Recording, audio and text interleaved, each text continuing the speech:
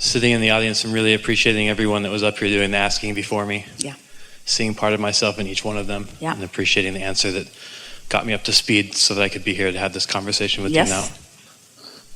I got a strong inspiration to come and have a conversation with you today, and I felt it building, almost like I was coming into orbit and feeling myself being called home over the past few weeks.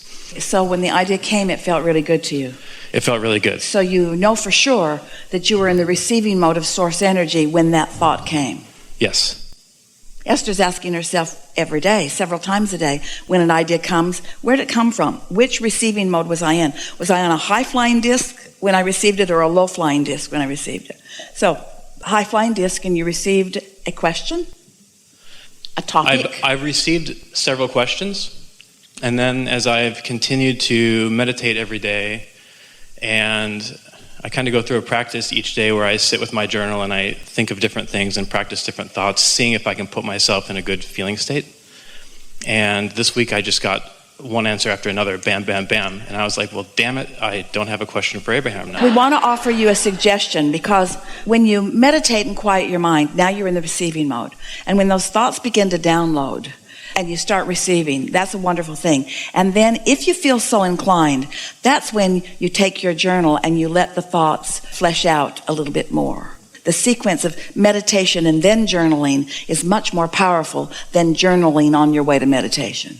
So I'll typically meditate as one of the first things after I wake up in the morning. Yeah. And then I go sit at my favorite coffee shop and I'll get my journal out then and I'll kind of go through this exercise. One of the things that I have noticed is in my meditations, I've been meditating for over 10 years and I enjoy it and I feel really good, and I'm continuing to feel better and better through it. And I get to this really good feeling place. There's a new emphasis because meditation has been around forever, and there are teachers teaching that more than any other topic really in this realm of spirituality and so forth. But the thing that we're wanting you to understand now, and the leading edge conversation that we all are having about meditation, is that meditation is the means to the receiving mode.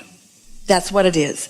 It's the means to the receiving mode. It's the means to the expanded view. It's the means to the whole of you. It's the direct route to your vortex. It's the direct route to letting your vortex open and begin funneling into your life experience. And there are a lot of different conversations about meditation, but this is what meditation is today. This is what we're wanting you to understand about it. It's the receiving mode of what's in the vortex. And it's my joyous path to witness the unfolding of these manifestations. Let's say there's 1,000 pieces to a manifestation of something. And let's say that 999 of them are in the becoming mode. And 1 out of 1,000 is when it pops into manifestation. Don't you think you might want to be enjoying the 999 pieces of it and not just be banking on the one as it manifests into the full manifestation? We just don't want you to underestimate, and we want to over accentuate as much as your ears can possibly hear the advantage to doing anything and everything you can to get yourself in the receiving mode of who you really are, because that's the only way you are the blended being that you were born to be. That's the only way the whole of you is engaging in a conversation with someone, or the whole of you is in the process of creating something that will be beneficial globally. Yeah. And I think that I really am deliberately focusing on being on the receiving mode more often, and that is my intention behind the meditation. And as I sit in meditation and quiet my mind, I do get to a good feeling place. I'll sometimes see light, I'll feel detached, things like that. I'm not in a place where I'm receiving clear thoughts or impulses most of the time. Well, that's why we're talking to you about it, because we want you to begin expecting that. We want you to expect the subtlety at first of ideas that you know were not your own. We want you to show yourself how easy it is for you to get into the receiving mode. We want you to run around in your life knowing that you are an extension of source energy and that we are all in this together. Because anything less than that will be mediocre by comparison. And that's what I want too. Yeah. Well, it's what you've got a good deal of the time. So we have some questions for you, since you haven't come up with any questions for us yet. Okay. What makes you go to the coffee shop? Is it a habit, Or is it a newfound impulse every day? That's an important distinction, because if you just go because you always go, or if you go because there's somebody there that you're going to meet, that's a different reason than that you got an impulse from your inner, because your inner being, we promise you, will not send you to the same place every day, because the things you want are in varied location. Yeah, because I'll finish my meditation and say, well, I didn't get a strong impulse, so what the hell am I going to do with the rest of my day? So then you're not really in the receiving mode, are you? So you're acting out of habit, which is what most people do. That means that with all the years that you've been meditating and all the different ways of approaching meditation, now there's this new way of approaching it, which is quieting your mind and allowing your inner being mind to be dominant. And if your mind is inactive and your inner being's mind is dominant, you will receive an impulse. So how can I tweak my meditation practice to accomplish that? You got to quiet your mind. Your mind isn't really quieting.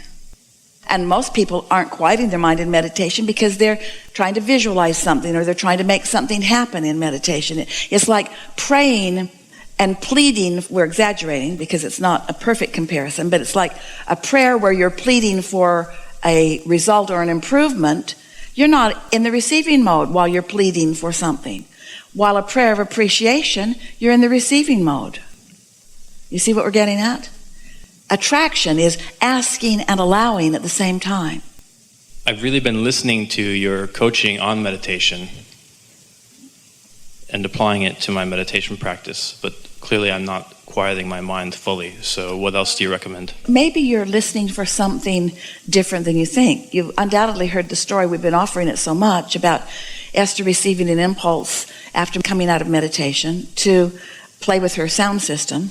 And then she did, which led to her discovery of rap and her discovery of playing it loud all through her courtyards. And then the next day in meditation, she just got the strongest impulse to move all of her furniture around in the house, which led to needing someone to help her do it. And when they came to help her do it, they hit it off really well. They were having a wonderful time. And one of them was a rapper. And so now Esther plays her rap music, and now she's got him hooked. He said, what do you do? Because she's weird and happy and prosperous and weird. And she told him, I'm a teacher. What do you teach? Rap. Of course, she's playing with him. But those 2 days of receiving led her to the thing that matters most to her in all of her life, which is being of value to someone who's asking and ready to hear. And so her inner being and his inner being just managed the meeting. But this is the point that we're making to you. It came to Esther. The whole thing evolved in 2 days of meditation back to back, where the impulse was just almost what you would call a frivolous, silly impulse. Suddenly, Esther is ravenous to understand how her music system works. Been in that house for 10 years and never really understood it. And suddenly, she cannot go one more day without understanding it. So she sat and with clarity made her way through it. Well, we were helping her because we knew how it worked. But she had to want to know how it worked. So we were guiding her to the desire for it to work, to understand it. And because she was in the receiving mode, she picked up on our enthusiasm about it and followed it. You see what we're getting at? And then the next day, a whole 24 hours later, she's meditating again. And she comes out of meditation with this ravenous desire to move the furniture around in her house. Well, that doesn't even make any sense. That furniture was so carefully placed. Every piece was measured. Every piece was purchased. Every piece was delicately placed in relationship to every other place. There's no better way for that furniture to be in that house than how it was. But Esther suddenly wanted to move it all around. Why? Because we knew there was a mover who was a rapper, who was a student and a seeker, and that Esther is a teacher and a willing offerer, and we knew it would be really good for those two to get together. And this was the best way to get them together. He's a rapper, now Esther is too. He's a mover, Esther needs one. They bonded, they had such fun together. They were together for hours. First, they moved the furniture all around, and then they moved most of it right back where it had been. Oh yeah, I guess it was right to begin with. But that's not the point. That's not the point. The point is they had fun in the moving stuff around, and that's what you all are doing, having fun in the moving stuff around, you see. And so the point that we're making with you, that we really want you to hear, that is the answer to the powerful question that you just asked us, is this receiving of information doesn't always sound like the secret scrolls. It doesn't always sound like the cure for some deadly disease. Sometimes it's just the fun of moving furniture around, because it's the path to something else, it's the path to something else, it's the path to something else, it's the path to something else, you see. And you want to be glad for all these paths, because if you just went from where you are right to where you want to be, you'd be done. That one's dead.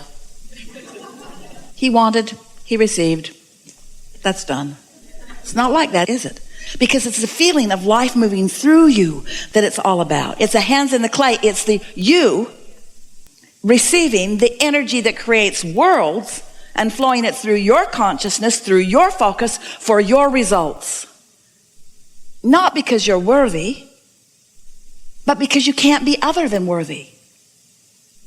Not because somebody is now defining you as a better person than you were a minute ago, but because you got everything lined up. You tuned into the frequency. You caught on to who you are. You fulfilled your life's purpose. You fulfilled your life's purpose. You fulfilled your life's purpose. You fulfilled your life's purpose by syncing up with who you are, because that's your life's purpose.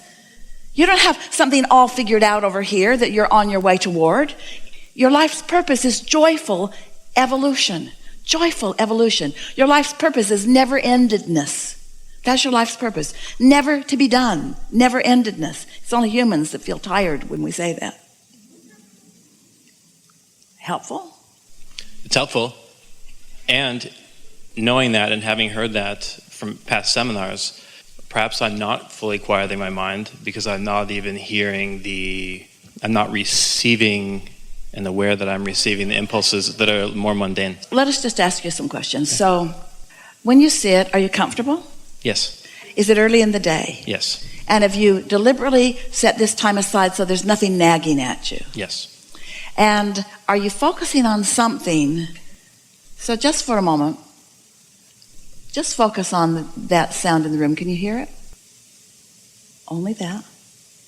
Slight detachment. Do you feel slight detachment? Is your mind wandering? A little bit. Focus on it again. Does your body feel a little different? We're really asking all of you. Some of you are. You feel a little less aware.